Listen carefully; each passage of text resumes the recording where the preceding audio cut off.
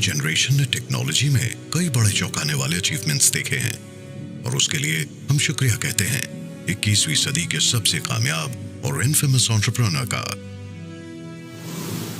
Elon Musk, जिन्होंने PayPal की शुरुआत की, टेस्ला और स्पेसएक्स के फाउंडर हैं और दुनिया में अमेज़न के फाउंडर जेफ बेजोस के बाद दूसरे सबसे अमीर इंसान हैं। उनकी कुल संपत्ति करीब 16,300 करोड़ अमेरिकन डॉलर्स हैं। ये एक एम्बिशियस जीनियस, इंटेलेक्चुअल और टेक बिलियनर हैं, जिन्होंने अपने ग्राउंड ब्रेकिंग इन्वेंशन से दुनिया को हिला दिया था। ये शख्स एक इंजीनियर हैं, एक कैरिस्मेटिक लीडर हैं और एक जेनरस कंट्रीब्यूटर हैं। इलॉन मस्क एक इंसान में कई इंसान हैं। आज उनका एक ही सपना है जिसके बारे में ज्यादातर लोग कहते हैं कि वो पूरा नहीं हो सकता।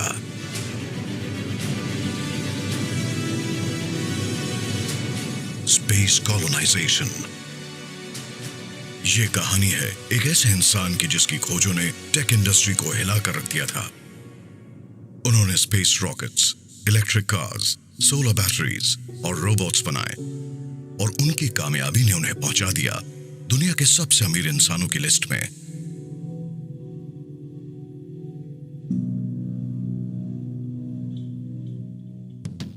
ये सभी मास्टरमाइंड्स हैं, एम्बिशियस, कंपेटिटिव और रूथलेस हैं, जो नाकामी से ना कभी डरते और इन सभी का एक ही मकसद है, दुनिया को और बेहतर बनाना, हमेशा बेहतरीन देने की कोशिश करना और अपनी मिसाल देकर लीड करना।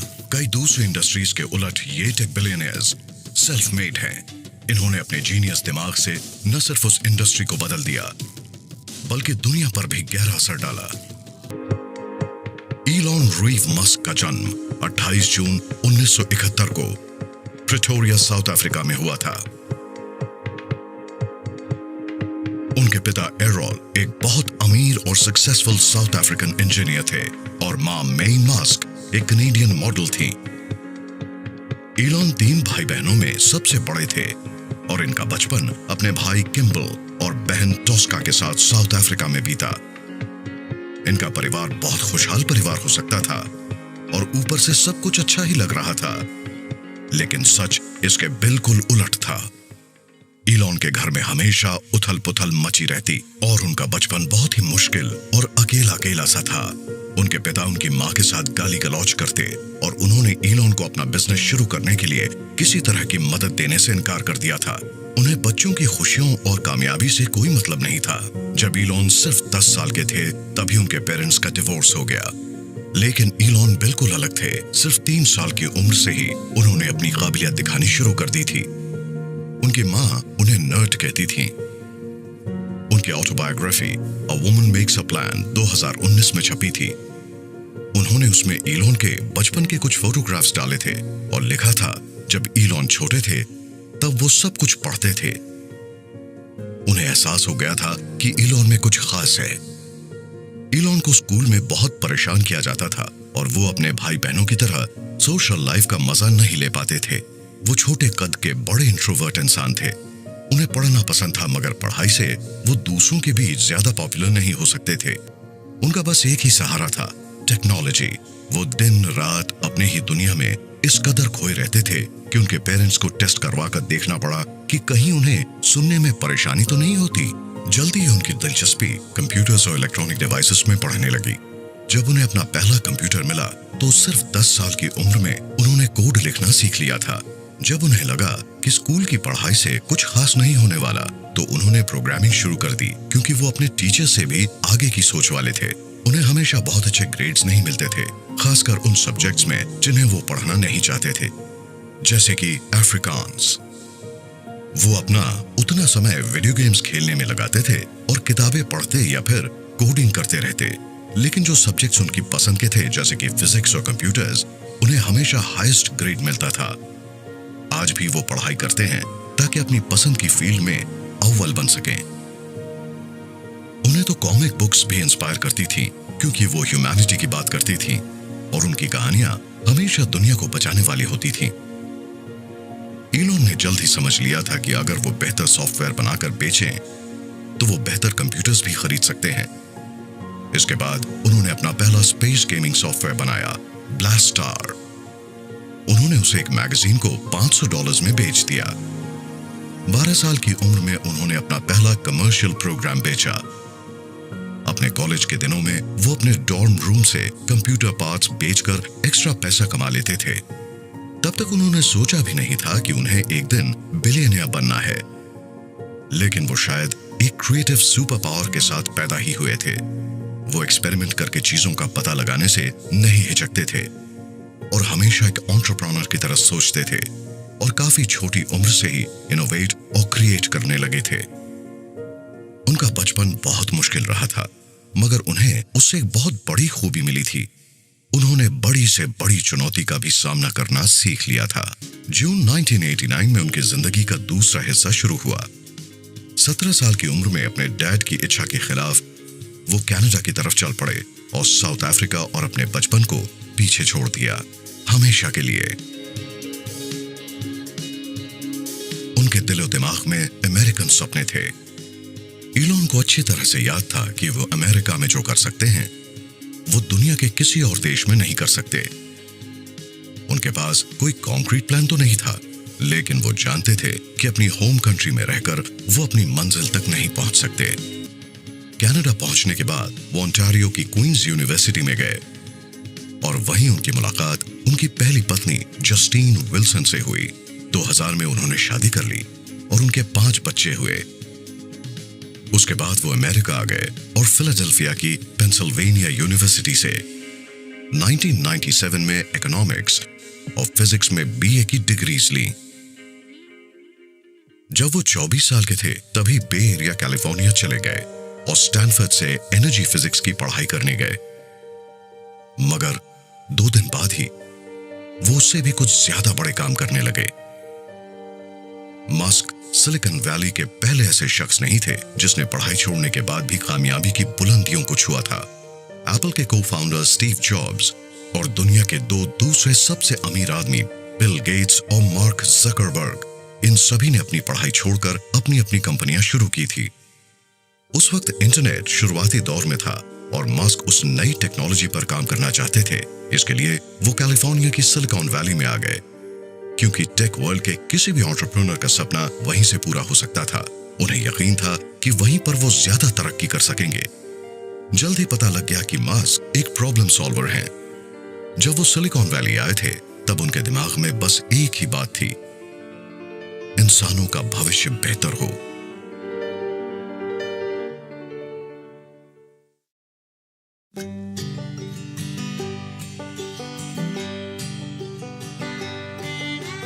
मगर उसके पहले वो जानते थे कि इंटरनेट के जरिए भी कई बड़े काम किए जा सकते हैं।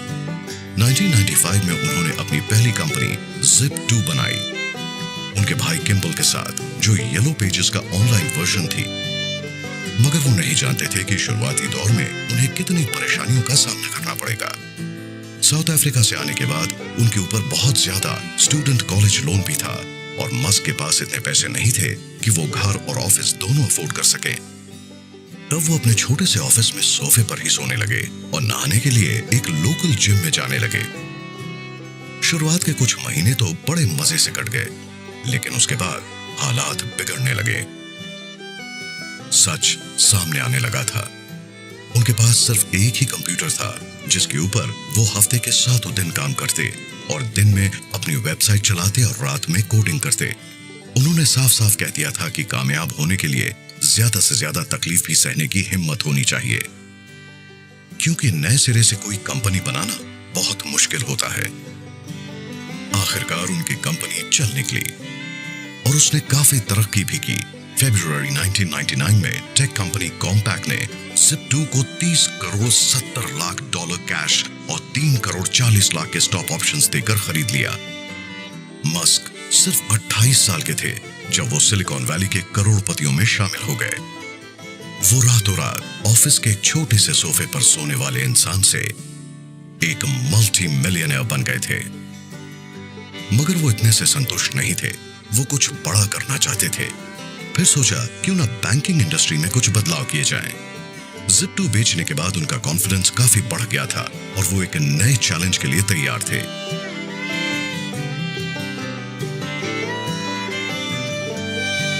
नाइनटीन 1999 में Zip2 बेचने के सिर्फ 1 महीने बाद ही ईलॉन और किम्बल ने उससे मिले पैसों से एक नई कंपनी शुरू कर दी, X.com, जिसे आज हम बेहद पॉपुलर पेपैल के नाम से जानते हैं। मनी ट्रांजैक्शंस पहले बहुत धीमा हुआ करता था। मस्क ने इस बात पर गौर किया और उन्हें लगा कि उनके पास फाइनेंशियल वर्ल्ड में जबरदस्त बदलाव लाने का ये बहुत अच्छा समय है। उन्होंने पेपैल की खोज की ताकि मनी ट्रांसफर्स और पेमेंट्स आसान हो जाएं और कैश का चक्कर ही ना रहे। शुरुआत में कंपनी बहुत छोटी और अनजान सी थी, लेकिन मस्क अपने वक्त से कहीं आगे थे। अपने अनुभव के आधार पर उन्हें लगा कि उनका दूसरा बिजनेस पहले वाले से ज्यादा आसान है।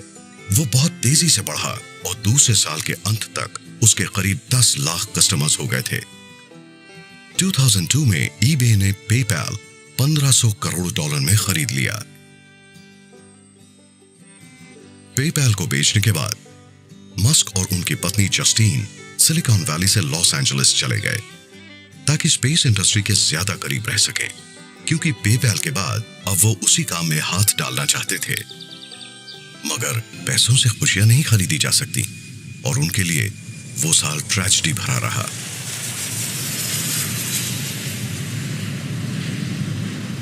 उनके एले आने तक उनके पहले बेटे की मौत हो गई। उसका नाम नेवाडा अलेक्जेंडर था। उसी हफ्ते ईलॉन का नेटवर्थ भी काफी बढ़ गया।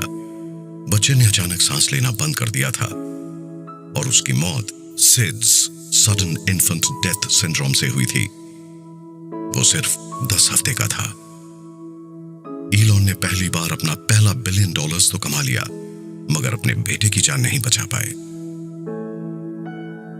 बाद में उन्होंने नेवाडा के मौत के बारे में कोई भी बात करने से इनकार कर दिया और उन्होंने अपनी पत्नी के साथ ये फैसला लिया कि उन्हें जल्दी से जल्दी बच्चे पैदा करने हैं। अगले 5 साल में IVF की मदद से जस्टीन ने एक ट्विंस और फिर एक ट्रिपलेट्स को जन्म दिया। मतलब कुल मिलाकर 5 बच्चे हुए, ग्रिफिन, एक्सेवियर, डेमियन, सैक्सन और काई। वो और उनकी पत्नी सपनों की दुनिया में रह रहे थे। कम से कम लग तो यही रहा था। जस्टीन ने कहा कि वो खुद को एक ट्रॉफी वाइफ समझती हैं और अब दोनों के रिश्ते में खटास आने लगी थी और दोनों का एक साथ रहना दुभर हो गया था। पहले बेटे की ट्रैजिक डेथ के बाद ईलॉन की काम के प्रति प्रायोरिटीज और उनका ऑब्सेशन काफी बढ़ने लगा था और फिर वो एक दूसरे से दूर होने लगे और आखिरकार 2008 में उनका डिवोर्स हो गया। वो साल चैलेंजेस से भरा था।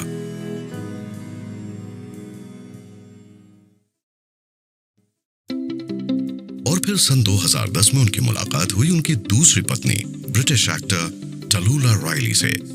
करीब 10 दिन तक डेट करने के बाद उन्होंने प्रपोज कर दिया। उनके बीच डिवोर्स हो गया, मगर उन्होंने फिर से शादी कर ली। पहली बार 2013 में और फिर 2016 में उनकी शादी टूट गई। तमाम मुसीबतों और बाधाओं के बाद मस्क को वो इम्पैक्ट मिल ही गया जिसके लिए वो काम कर रहे थे। उनकी नई कंपनी ने कुछ ऐसा बनाया था जिसकी हम बहुत ज्यादा कदर नहीं करते, मगर उसने पैसे ट्रांसफर करने का तरीका ही बदल दिया था और आज जमाना उसी के इस्तेमाल से चीजें खरीद रहा है। 2002 में 31 साल की उम्र में मस्क अमेरिकन सिटीजन और एक बिलियनियर बन गए थे। उस वक्त वो बड़े आराम से रिटायर हो जाते, एक प्राइवेट ट्रॉपिकल आइलैंड खरीदकर वहां चैन से माई टाइस की चुस्की लेते हुए जिंदगी गुजार सकते थे, मगर इन सब में उनकी कोई दिलचस्पी नहीं थी। उनका ज्यादा समय तो ऑफिस या फैक्ट्रीज में ही बीतता था और वो हफ्ते में 80 से 90 घंटे काम करते थे। इस एंटरप्रेन्योर के पास काम ही काम था और वो काफी बिजी भी रहते थे। उनका कहना था कि कामयाबी के लिए दिन रात काम करना जरूरी है। उन्होंने एक बार कहा था कि बच्चे भी उनकी प्रायोरिटी हैं, लेकिन पहले काम है। उन्हें बहुत प्यार करने वाला बाप माना जाता था, लेकिन बहुत ही कम लोग इतने बिजी स्केड्यूल को हैंडल कर सकते हैं। पेपैल के बाद मस्क की दिलचस्पी एक ज्यादा इंस्पायरिंग फ्यूचर में बढ़ी और वो आउटर स्पेस को एक्सप्लोर करने के बारे में सोचने लगे। उनका नया गोल था इंसान को मल्टी प्लैनेटरी बनाना। एक ऐसा बच्चा जिसका कोई भी बड़ा या क्लियर विजन नहीं था, वो अब एक जीनियस एंटरप्रेन्योर बन चुका था और अब उसका विजन भी बाकी लोगों से कहीं बढ़कर था। 2002 में उन्होंने एक private Interstellar travel company space x शुरू की, जिसका मकसद था अपोलो की यादें दोबारा ताज़ा करना, और वो कमर्शियल स्पेस ट्रैवल के लिए स्पेसक्राफ्ट बनाने के सपने देखने लगे थे। उनका गोल था स्पेस ट्रांसपोर्टेशन की टेक्नोलॉजी को बेहतर बनाना और उसके लिए सस्ते और रीयूजेबल रॉकेट्स बनाना। लेकिन स्पेस इंडस्ट्री के एक्सपर्ट्स मानते थे कि रीयूजेबल रॉकेट्स बना पाना असंभव है। हम किसी और दुनिया में जाना चाहते हैं। पहले तो चांद पर जाएंगे और फिर उसके बाद शायद मार्स या उसके भी आगे जाने की कोशिश करेंगे। मैं तो यही मानता हूं कि ये भी अपोलो के सपने का आगे बढ़ना ही है, और अब सब लोग यही चाहते हैं। स्पेसएक्स की शुरुआत हुई थी 2008 में, मगर सब उनकी इस बात से सहमत नहीं थे। यहां तक कि मून वॉकर्स और अमेरिका के हीरोज नील आर्मस्ट्रॉन्ग और जीन सर्नन ने भी मस्क के प्लान को क्रिटिसाइज किया था। उन्होंने एक बड़े इमोशनल इंटरव्यू में कहा था कि मुझे यह सब सुनकर बेहद दुख हुआ। मुझे ये सब सुनकर अच्छा नहीं लग रहा, क्योंकि ये लोग मेरे हीरोज हैं, तो उनके मुंह से ऐसी बातें अच्छी नहीं लगी। काश वो लोग हमारे पास आते और देखते कि हम कितनी मेहनत कर रहे हैं। शायद ये देखकर उनकी राय भी बदल जाती। उन्होंने आपको ये सब करने के लिए इंस्पायर किया था। हाँ, और अब वही आपको गलत बता रहे हैं। बहुत बुरा लग रहा है। 90 के दशक में मस्क के सिलिकॉन वैली में आने की सबसे बड़ी वजह तो यही थी कि वो इलेक्ट्रिक कार्स पर काम करें। उस वक्त उन्हें लगा था कि इंटरनेट का हिस्सा बनना बहुत अच्छा होगा, क्योंकि वो तेजी से तरक्की कर रहा था। मगर इलेक्ट्रिक कार्स बनाने के बाद उनके दिमाग में दफन थी और वो उसे भूले नहीं थे। उन्होंने कॉलेज के शुरुआती दिनों में ही एक इंटरव्यू में कहा था कि मैं उनके लिए काफी पैशनेट हूँ। मैं असल में एक महिला से मिला और कॉलेज के जमाने में उनके साथ डेट भी किया। वो आज साइंटिफिक अमेरिकन में एक राइटर हैं, और फिर उन्होंने हमारी डेट के समय ही मुझसे कहा था कि तुम तो हमेशा इलेक्ट्रिक कार्स की ही बातें करते रहते हो, और लड़कियों को इस तरह की बातों में बिल्कुल मजा नहीं आता। मतलब वो एक तरह का मोनोलॉग था। हाँ, उन्होंने मुझसे कहा कि मेरा उनसे सबसे पहला सवाल था, क्या तुम इलेक्ट्रिक कार्स के बारे में सोचती हो? और उन्होंने कहा, नहीं, अच्छा। कभी नहीं। मस्क सिर्फ एक टेक एंटरप्रेन्योर ही नहीं है, वो रिन्यूएबल एनर्जी के फ्यूचर के बारे में भी सोचते रहते हैं, और उनका कहना है कि ये इंसान के फ्यूचर का एक की फैक्टर है।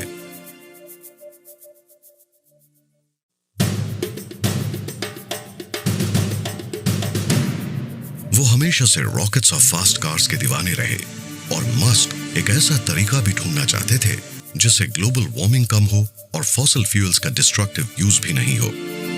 इस बात में शक नहीं कि फ्रैकिंग टेक्नोलॉजी के कई खतरे हैं, और हम अभी बिल्कुल ही अर्ली स्टेज में, क्योंकि मैं मानता हूं कि फ्रैकिंग से शायद दुनिया में ऑयल और गैस की एक्सेसिबिलिटी सिर्फ 10% ही रह जाए। हम नहीं जानते कि मामला किस हद तक जाएगा, लेकिन ये शायद इतना बढ़ जाएगा कि उससे दुनिया के क्लाइमेट पर बहुत ही बुरा असर होगा, और उससे जितना नुकसान होगा उतना शायद पहले कभी नहीं हुआ है।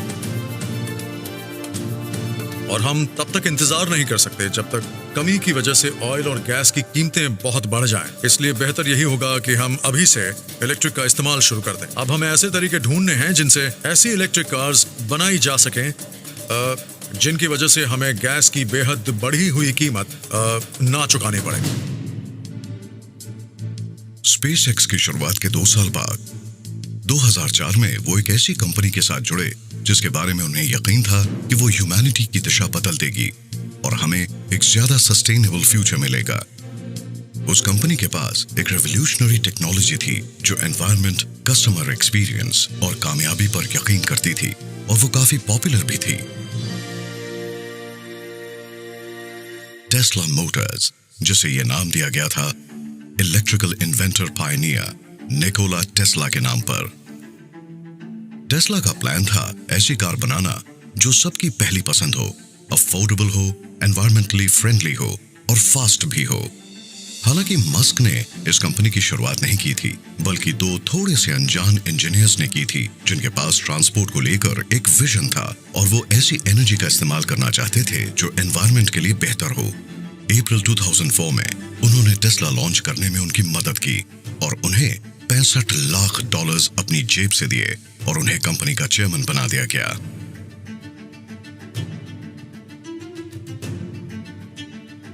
इस बात से कोई इनकार नहीं कर सकता कि हमारे बेहतरीन इंटेंशंस के बावजूद पृथ्वी को नुकसान तो होने ही वाला है, भले ही हम कुछ भी कर लें। इस बात की भी संभावना है कि या तो कोई एक्सटर्नल फोर्स या कोई इंटरनल अनफोर्स्ड एरर हमारी सिविलाइजेशन को खत्म कर देगी। 2006 में 32 साल की उम्र में लगातार सस्टेनेबल एनर्जी की खोज में जुटे रहने के बाद उन्होंने अपने कजिन्स लिंडन और पीटर रीव की मदद की ताकि वो सोलर सिटी नाम की वो कंपनी शुरू कर सकें जो सोलर पैनल्स और सोलर रूफ टाइल्स बनाती और बेचती थी।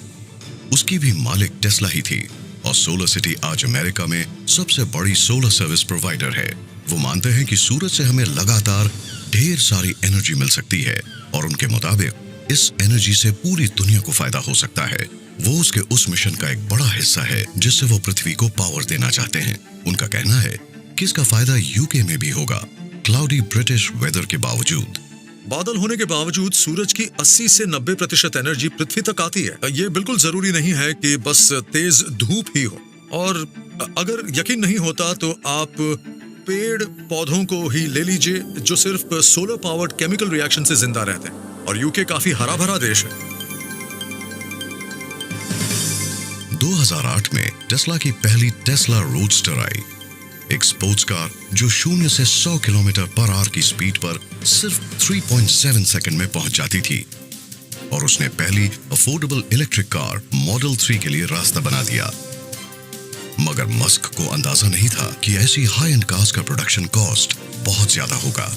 हमारा गोल है ऐसी कार्स बनाना जिन्हें जल्द से जल्द सब अफोर्ड कर सके, मगर कोई भी टेक्नोलॉजी एक लर्निंग कर्व से गुजरती है और उसे कई तरह की इकोनॉमीज और दूसरी चीजों का भी सामना करना पड़ता है। हमने एक छोटी सी शुरुआत की है और हमारे स्टार्टअप ने एक ऐसी कार बनाई है जो कि लो प्रोडक्शन वाली है और काफी एक्सपेंसिव भी है, लेकिन ये टेक्नोलॉजी का पहला वर्जन है। टेस्ला ने सिर्फ 1300 रोडस्टर्स बेचे थे तो क्रिटिक्स कहने लगे कि इतनी छोटी कंपनी कभी भी ऑटोमोबाइल इंडस्ट्री को रेवोल्यूशनाइज नहीं कर पाएगी। मगर उसने अपनी बैटरी टेक्नोलॉजी बेच दी डेमलर को, जिसने उसके सहारे एक इलेक्ट्रिक स्मार्ट कार बना ली और इस बात की पूरी कोशिश की कि रोडस्टर एक रेगुलर कार की कन्विंसिंग रेप्लिका बनी रहे, ताकि लोगों को यकीन हो जाए कि फ्यूचर तो इलेक्ट्रिक का ही है। मैं तो मानता हूं कि सारे ट्रांसपोर्ट रॉकेट्स को छोड़कर फुल्ली इलेक्ट्रिक हो जाएंगे। मैं तो इसी बात पर यकीन करता हूं, और मेरे ख्याल से टेस्ला इस काम में एक एक्सेलरेंट है, उस ट्रांजिशन में एक कैटलिस्ट का काम करेगी। 2007 तक कंपनी पैसों की तंगी से जूझने लगी। वो नहीं जानते थे कि आने वाले साल कितने मुश्किल होने वाले हैं। मस्क ने टेस्ला और स्पेसएक्स की कामयाबी के पहले कई मुश्किलों का सामना किया था। 2008 उनकी जिंदगी का शायद सबसे बुरा साल था। ग्लोबल फाइनेंशियल क्राइसिस का असर देश की इकोनॉमी पर पड़ा था। मस्क की तीनों कंपनीज फाइनेंशियल ट्रबल का सामना कर रही थी। उस वक्त तक स्पेसएक्स अपने पहले 3 लॉन्चेस में नाकाम रही थी और टेस्ला में हर महीने लाखों डॉलर्स का नुकसान हो रहा था। मेरा एक दोस्त है जिसने एक स्टार्टअप के बारे में एक अच्छी बात कही है। ये कांच खाने और पानी में बनी भंवर को देखने जैसा है। तो अगर किसी को लगता है कि ये काम बड़ा मजेदार होने वाला है तो उसे, मुझे लगता है, निराशा ही होगी, क्योंकि ये मजेदार नहीं है। बहुत तकलीफ होती है। कहीं नौकरी कर लेना इससे ज्यादा आसान है। बहुत ही आसान और बहुत कम स्ट्रेसफुल भी है। तब आपको दूसरे कामों के लिए ज्यादा वक्त भी मिलेगा। लेकिन क्या आप ज्यादा खुश होते? ये आपके ऊपर निर्भर करता है। पर आप खुश होते? ओ, मैं ज्यादा खुश होता? नहीं, मैं बिल्कुल खुश नहीं होता।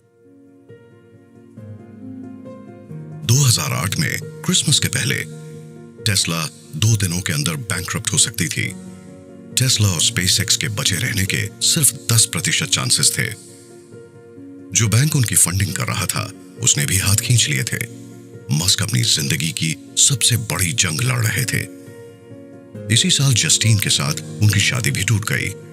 वो बहुत ही मुश्किल दौर से गुजर रहे थे और उन्होंने अपना सब कुछ दांव पर लगा रखा था, जबकि इस बात की कोई गारंटी नहीं थी कि उससे कोई फर्क आ सकेगा।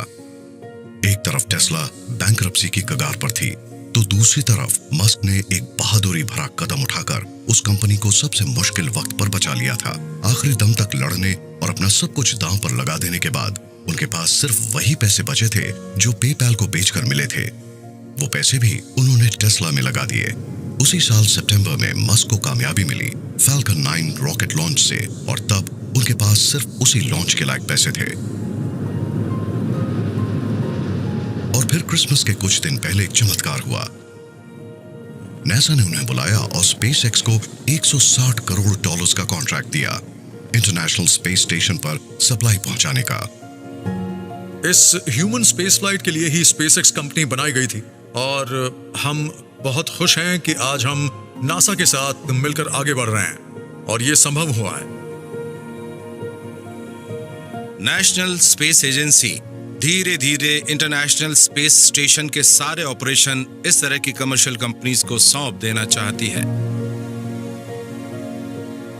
हम एक एजेंसी के तौर पर मार्स और उसके आगे तक जाना चाहते हैं, और सभी इस बात से बहुत खुश हैं कि इलॉन भी ऐसा ही कुछ करना चाहते हैं, और स्पेस एक्स चाहती है कि इंसान की पहुंच हमारे पूरे सोलर सिस्टम में हो जाए।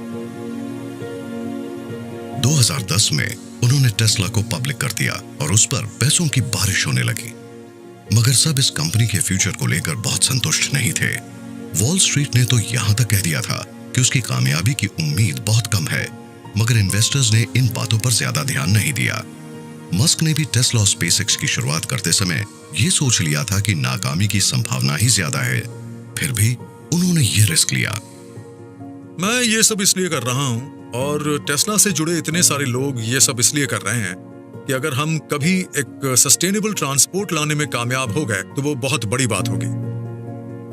हम ये सब इसलिए नहीं कर रहे हैं कि हमारे दिमाग में ये बात है कि ये हमें अमीर बना देगा, बल्कि हमें कामयाबी के सिर्फ 10% चांस दिख रहे हैं। मुझे तो लगा था मेरे पैसे डूब जाएंगे, और ऐसा हुआ भी, लेकिन गनीमत है कि मेरा सब कुछ नहीं गया, मगर हम उसकी कगार तक जरूर पहुंच गए थे। एक फोटो यही रुकिए थोड़ा सा। टेस्ला आगे बढ़ती रही, तरक्की करती रही, और आज करीब 12,000 सुपरचार्जर्स पूरे नॉर्थ अमेरिका, यूरोप और एशिया में क्लीन ड्राइविंग को प्रमोट करने और दुनिया को ये दिखाने के बाद कि इलेक्ट्रिक कार्स पेट्रोल से चलने वाली कार से ज्यादा बेहतर हैं, मस्क ने एक इलेक्ट्रिक ट्रांसपोर्ट रेवोल्यूशन शुरू कर दिया था। मैं उन लोगों के साथ हूं जो इलेक्ट्रिक व्हीकल्स बना रहे हैं या बनाना चाहते हैं। ऐसा कर पाना बहुत ही मुश्किल है, मगर इसके बावजूद एप्पल जैसी कंपनीज एक बेहतरीन इलेक्ट्रिक कार बना सकती हैं। अभी ऐसा करना ही सबसे सही है। काम बन गया, इलॉन ने वापसी कर ली, लेकिन टेस्ला कंट्रोवर्शियल बनी रही। उस पूरे साल में कार्स की क्वालिटी को लेकर क्रिटिक्स कंपनी पर सवाल उठाते रहे, और मस्क ने भी उसकी कमियों को सही माना। हाल ही में उसे लॉसूट्स, इन्वेस्टिगेशंस और लेऑफ्स का भी सामना करना पड़ा। उसकी रेपुटेशन पर काफी सवाल उठे और पूरा साल काफी उथल-पुथल भरा रहा। फेसबुक ही एक ऐसी कंपनी थी जिसने 2019 चुनाव के समय टेस्ला से ज्यादा नुकसान सहा था। मस्क ने कहा, गलतियां तो होंगी ही, मगर वो लगातार खुद को बेहतर बनाने की कोशिश कर रहे हैं और आगे भी बढ़ रहे हैं। उन्होंने नई खोज करना बंद नहीं किया और लगातार रिस्क्स उठाते रहे। उन्होंने 22 मई 2012 को एक नया इतिहास लिखा। बेदाग लिफ्ट ऑफ के बाद फैल्कन 9 रॉकेट बिना किसी इंसान को लिए स्पेस में पहुंच गया। T-10, 9, 8, 7, 6, 5, 4, 3, 2, 1, 0। और इसी के साथ स्पेसएक्स फैल्कन 9 रॉकेट का लॉन्च हो गया, और अब तो नासा भी इंटरनेशनल स्पेस स्टेशन पर रीसप्लाई का काम प्राइवेट सेक्टर को दे रही है।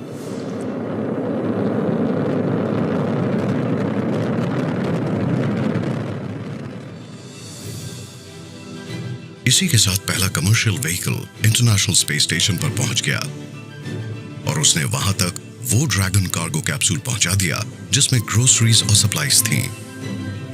मेरे शरीर में जितना भी एड्रेनालिन था वो सब उस वक्त रिलीज हो गया था। ऐसा कहा था इलॉन मस्क ने जब रॉकेट ने लिफ्ट ऑफ किया था। बहुत ही कम लोग जानते हैं कि हमारा एक स्पेस स्टेशन भी है, उन्हें यकीन ही नहीं होता।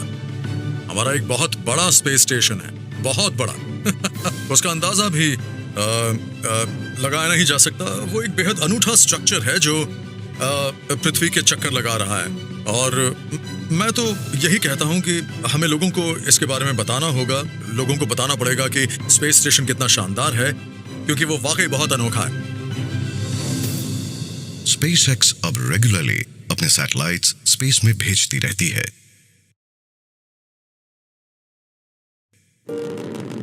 एक 16 टेलीमेट्री लिंक है और पावर सिस्टम्स बिल्कुल नॉर्मल है। हम अभी स्पेस एक्सप्लोरेशन के एक नए युग में जा रहे हैं और ये बहुत ही बड़ी बात है। बात सिर्फ SpaceX की नहीं है, बल्कि कई और कंपनीज हैं जिन्होंने नए अप्रोचेस डेवलप किए हैं और नासा उन नए अप्रोचेस का फायदा उठा रहा है, जो बहुत बड़ी बात है। अब हम आगे जाकर अंतरिक्ष में घूमने वाली सिविलाइजेशन और एक मल्टी प्लैनेट स्पीशीज बन सकते हैं, और आप लोग भी शायद मेरी इस बात से सहमत होंगे।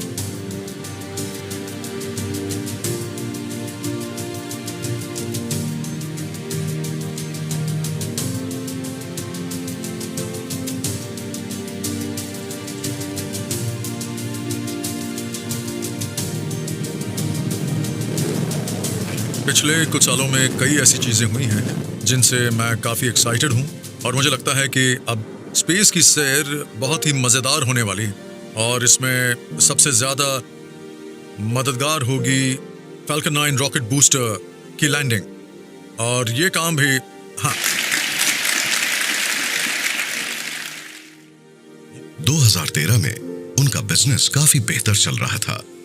फाइनेंशियल क्राइसिस अब बीते कल की बात बन चुकी थी। उन्होंने कई और नई खोजें की।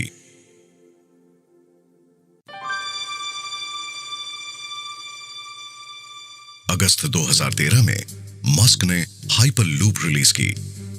यह ट्रांसपोर्ट का एक ऐसा साधन था जो दो बड़े शहरों के बीच के सफर को बहुत कम समय का बना देता और उसमें ट्रैफिक भी कम मिलता।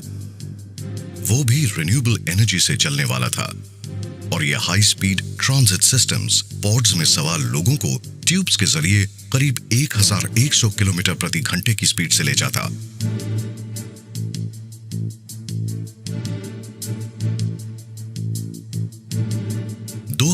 में SpaceX ने Starlink की डेवलपमेंट शुरू की ताकि सैटेलाइट इंटरनेट एक्सेस मिल सके। 24 मई 2019 को पहले 60 ऑपरेशनल सैटेलाइट्स को लॉन्च किया गया। उस प्रोजेक्ट पर करीब $1000 करोड़ खर्च हुए।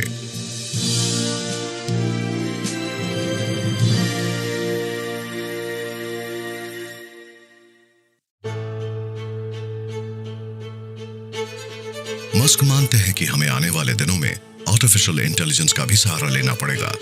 इसीलिए 2015 में उन्होंने किसी के साथ मिलकर ओपन AI की शुरुआत की, जो एक नॉन प्रॉफिट रिसर्च कंपनी है और उसका काम है फ्रेंडली आर्टिफिशियल इंटेलिजेंस को प्रमोट करना। उन्होंने इसी तरह से 2016 में न्यूरालिंक की भी शुरुआत एक ऐसी स्टार्टअप कंपनी की जिसका मकसद था ब्रेन कंप्यूटर इंटरफेसेस डेवलप करना। इन एडवांसमेंट्स की बदौलत हमारी मेमोरी बेहतर हो सकती है या हम सॉफ्टवेयर के साथ मर्ज हो सकते हैं।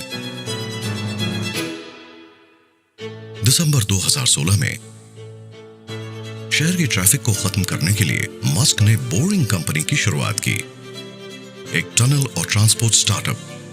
मस्क को मौजूदा ट्रांसपोर्ट नेटवर्क की कमियां नजर आ रही थीं और लॉस एंजलिस ट्रैफिक को देखते हुए उन्होंने एक futuristic underground public transport system बनाने का फैसला किया। उनका पहला self driving tunnel Las Vegas में जमीन के नीचे बनकर करीब तैयार है। वो उन टनल्स का इस्तेमाल हाइपरलूप व्हीकल्स के लिए करना चाहते हैं। उसी साल उन्होंने ऐलान किया कि आने वाला समय सेल्फ ड्राइविंग इलेक्ट्रिक कार्स का है। मेरा अंदाजा है कि करीब 10 साल में ऐसी कार्स शायद बने ही नहीं जो फुल्ली ऑटोनोमस ना हो। तब बात सिर्फ ऐसी कार की ही नहीं होगी जो सेल्फ ड्राइविंग हो, बल्कि वो एक घोड़ा रखने जैसा होगा। हम एक घोड़े को अपने सेंटिमेंटल रीजन से तो रख सकते हैं, मगर रोज उसकी सवारी नहीं कर सकते।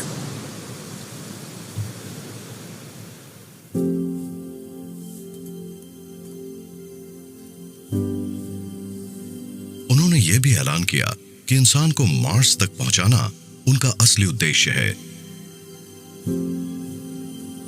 एक ऐसा गोल जिसे वो 2024 तक पूरा कर लेंगे। कितना अच्छा होगा अगर हमारा जन्म पृथ्वी पर हो और मौत मार्स पर। हाँ, आपने एक बार कहा था आप रिटायर होकर मार्स पर जाएंगे, क्या ये मुमकिन है? मुझसे पूछा गया था कि क्या मैं ऐसा करना चाहता हूं। बात यह नहीं है कि मैं रिटायर होना चाहता हूं, लेकिन अगर मैं रिटायर हो गया और मेरा दिमाग काम करता रहा तो मैं मार्स पर जाना चाहूंगा। मुझे बहुत अच्छा लगेगा। हमें उम्मीद है कि स्पेस ट्रैवल काफी अफोर्डेबल होगा, हर आदमी का करीब $1 लाख, और हो सकता है कि इंसान शायद हमेशा के लिए उस रेड प्लैनेट पर ही चला जाए। 2018 में उन्होंने उस पहले प्राइवेट एस्ट्रोनॉट का ऐलान किया जो चांद पर जाने वाले हैं। मैं BFR के पहले पेइंग कस्टमर का ऐलान करने जा रहा हूं। युसाकु मिजेवा, प्लीज यहां आइए। हाँ, बताइए कैसा लग रहा है? Thank you Elon. Thank you. Thank you everyone. वाह दोस्तों, 2023 में मैं अपने साथ पूरी दुनिया में से 6 से 8 आर्टिस्ट को भी अपने इस मिशन पर अपने साथ चांद पर लेकर जाऊंगा।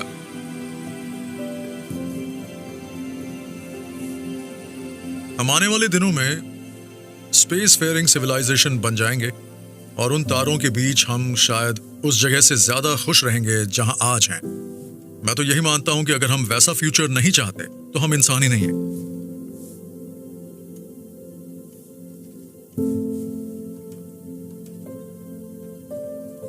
हमने स्पेस रेस शुरू होने के बाद काफी लंबा सफर तय किया है। 1969 में पहले इंसान ने चांद पर कदम रखा था और उसने एक नया इतिहास रच दिया। और आज स्पेसएक्स हमें अगले बड़े कदम के काफी करीब ले आई है।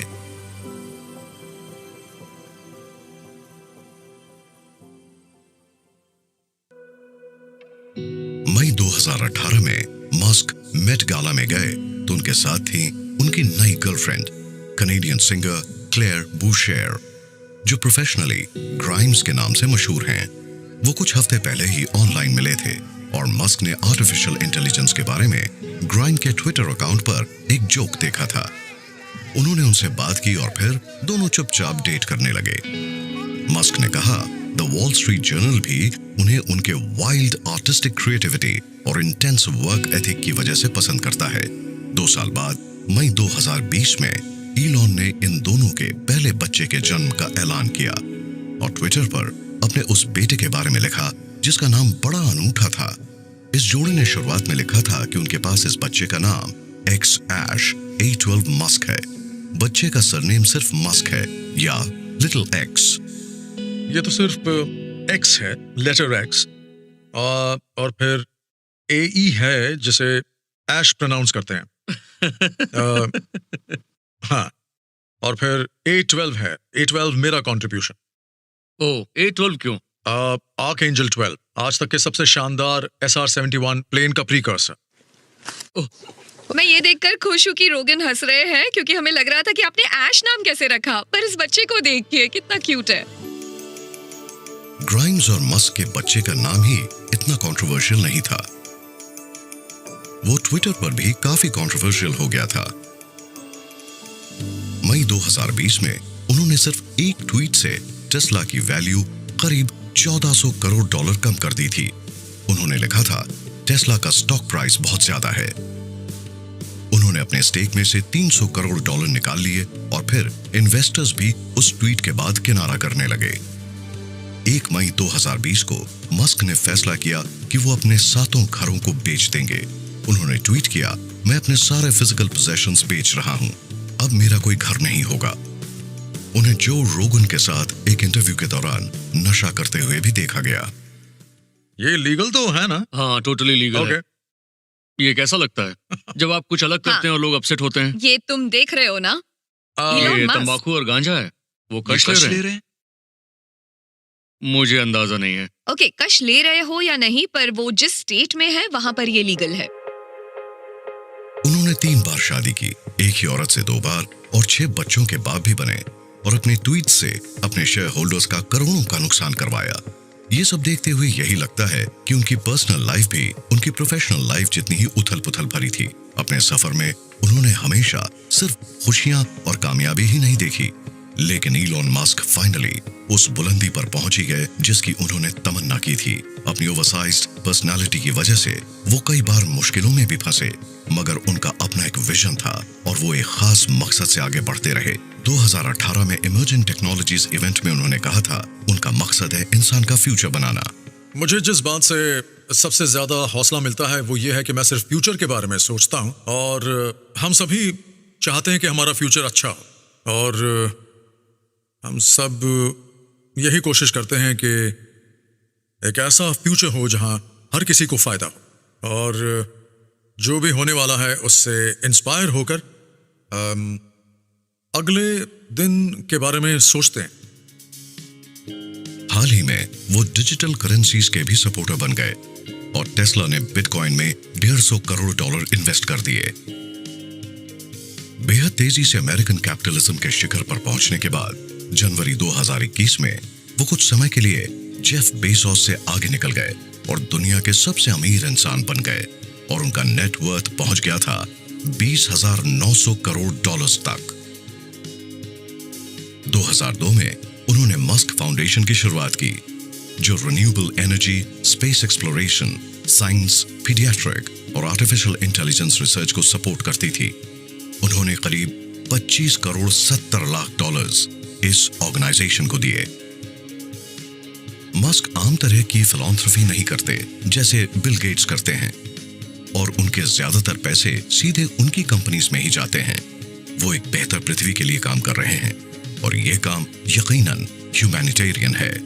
2012 में मस्क भी बिल गेट्स और मार्क ज़करबर्ग की तरह बिलियनियर्स की लिस्ट में शामिल हो गए और गिविंग प्लेज पर साइन करके ऐलान कर दिया कि उनके ज्यादातर पैसे उनकी जिंदगी में या उनकी वसीयत के मुताबिक दान में दिए जाएंगे। क्या इस बात की कोई सीमा है कि आपकी कल्पना हकीकत को कहां तक ले जाएगी? इलॉन मस्क इसके बारे में शायद नहीं सोचते। उनके फ्यूचर के बारे में जो विजन्स हैं वो किसी भी इमेजिनेशन से परे और काफी इंस्पायरिंग हैं। वो एक साउथ अफ्रीकन इमिग्रेंट थे, एक ऐसे बच्चे जिन्हें सब परेशान करते थे, मगर वो एक सेल्फ मेड CEO बिलियनियर बन गए और एक नहीं बल्कि 5 इंडस्ट्रीज खड़ी की। उन्होंने हमें दिखा दिया कि कुछ ऐसा करो जिसे हम पहले नामुमकिन सा मानते थे। अगर हम उनकी कामयाबियों को देखें तो इस बात में कोई शक नहीं कि इलॉन मस्क सही मायनों में सिलिकॉन वैली की एक सक्सेस स्टोरी है। उन्हें टाइम मैगजीन ने दुनिया के सबसे इन्फ्लुएंशियल लोगों में से एक माना था। उनके अंदर कभी भी कॉन्फिडेंस और ऑप्टिमिज्म की कमी नहीं रही। उन्होंने अपने क्रिटिक्स को करारा जवाब दिया। वो मुश्किल से मुश्किल दिनों में भी लड़ते रहे और कभी हार नहीं मानी। PayPal, SpaceX, Tesla, solar city, इन सभी ने दुनिया पर गहरा असर डाला है। ये टेक बिलियनियर्स तो एक मिसाल हैं। हम उनसे सीख सकते हैं कि हीरोज को भी मुश्किल दौर का सामना करना पड़ता है और तभी वो उस मुकाम तक पहुंच पाते हैं। शुरुआत होती है एक इंडिविजुअल से, उनके सपने और उनके एम्बिशन से, जो दुनिया को एक बेहतर जगह बनाना चाहते हैं। शुरुआत हमेशा छोटी ही होती है और ऐसा लगता है कि इलॉन मस्क के लिए आसमान भी सीमा नहीं है। उनके लिए कोई सीमा ही नहीं है।